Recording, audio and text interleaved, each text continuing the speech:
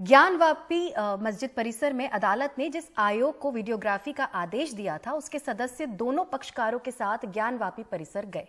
जुम्मा होने की वजह से बड़ी तादाद में नमाजी भी मौजूद थे। पूरे दिन भर के घटनाक्रम पर देखिए अजय सिंह की रिपोर्ट।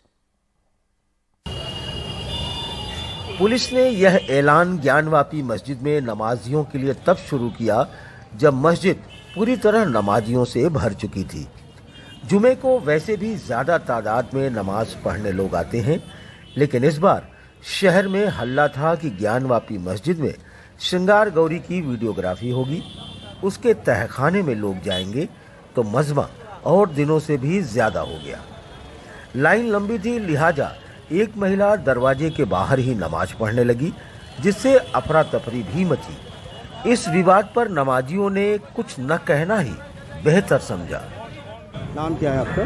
शेर अली। शेर अली साहब, ये देखिए हर दिन जुमे में इतने लोग, वो सब बात तो आप आए ना, आप तो आंख से देख ही रहे हैं। नहीं मतलब हर दिन होता, हर जुमे को होता है या आज कुछ विशेष है? फिर अगले जुम्मे को आप देख लीजिएगा। अच्छा, मतलब आप लोग यहाँ पढ़ने आते ही हैं इस तरह जी। तो ये जो पूरा विवाद है, इसको लेकर क्या लग रहा है? कुछ नहीं, कमेटी से बात करिएगा जो मतलब जो कोई बात नहीं। बड़ी संख्या में नमाज पढ़ने आए लोगों में अंदेशा था कि कहीं कोई हादसा न हो जाए, इसलिए कुछ जिम्मेदार लोगों ने नमाज के बाद मस्जिद खाली करवाई और भीड़ नहीं जमा होने दी, ताकि किसी तरह का कोई तनाव न हो। अब उधर से किसी ने एक नारा हर हर महादेव का लगा दिया, जवाब में इधर से नारा लगेगा। हम लोग जिस काम के लिए यहाँ खड़े हैं, हम लोगों ने अपना दायित्व निभाया, उनको समझा बुझा के अंदर भेजा। तमाशा देखो भी मत और तमाशा बनो भी मत। कोर्ट का काम कोर्ट को करने दो, और उस पर टिप्पणी यहाँ न करने का, ना उस पर विरोध करने का, सड़क पर विरोध करने का कोई औचित्य नहीं बनेगा।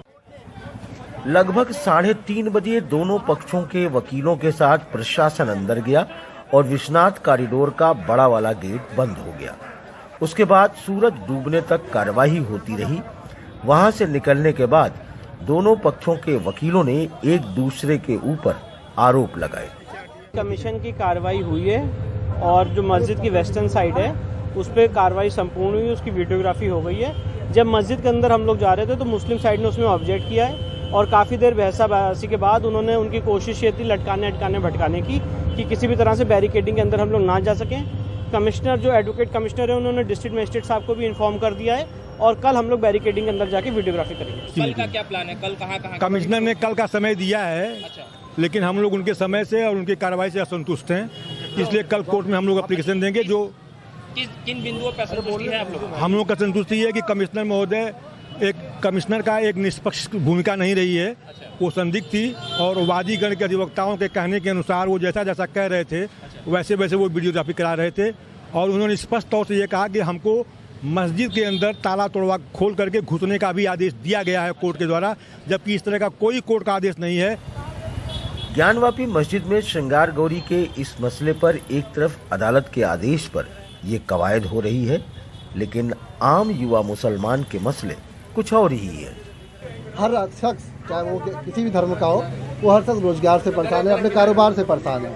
रोजी रोटी कहाँ से आएगी? तेल इतना महंगा हो गया, महंगाई इतनी बढ़ गई है, तो कहाँ से आदमी रोजी रोटी के लिए तो रोज अपनी दुकान खोलता है, रोज कुआं खोदता है, रोज पानी पीता है।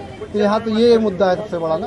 तो मंदिर मस्जिद तो अपनी हटाई दीजिए, नमाज तो आदमी हर जगह पढ़ लेता है, पूजा तो हर कर लेता है। सबके दिल में जो है हर धर्म के प्रति हमारे धर्म, हिंदू हो चाहे बौद्धिस्ट हो चाहे सिख हो ईसाई, सबके लिए हमारे सम्मान है। बहरहाल अदालत ने 3 दिन में सर्वे कर अपनी रिपोर्ट देने की बात कही थी। अभी 2 दिन और इसी तरीके से इस मुद्दे पर गहमा गहमी बनी रहेगी। ज्ञानवापी मस्जिद परिसर में श्रृंगार गौरी मंदिर के विवाद में आज पूरे दिन इस इलाके में एक तरीके का डर, अविश्वास, संशय और किसी अनहोनी की चादर छाई रही और ये चादर सिर्फ यही नहीं बल्कि समाज में भी गहरे उतरती नजर आई। अब आने वाले दिनों में इसका क्या परिणाम होगा ये कहा नहीं जा सकता। वाराणसी से पुरुषोत्तम के साथ अजय सिंह, NDTV इंडिया।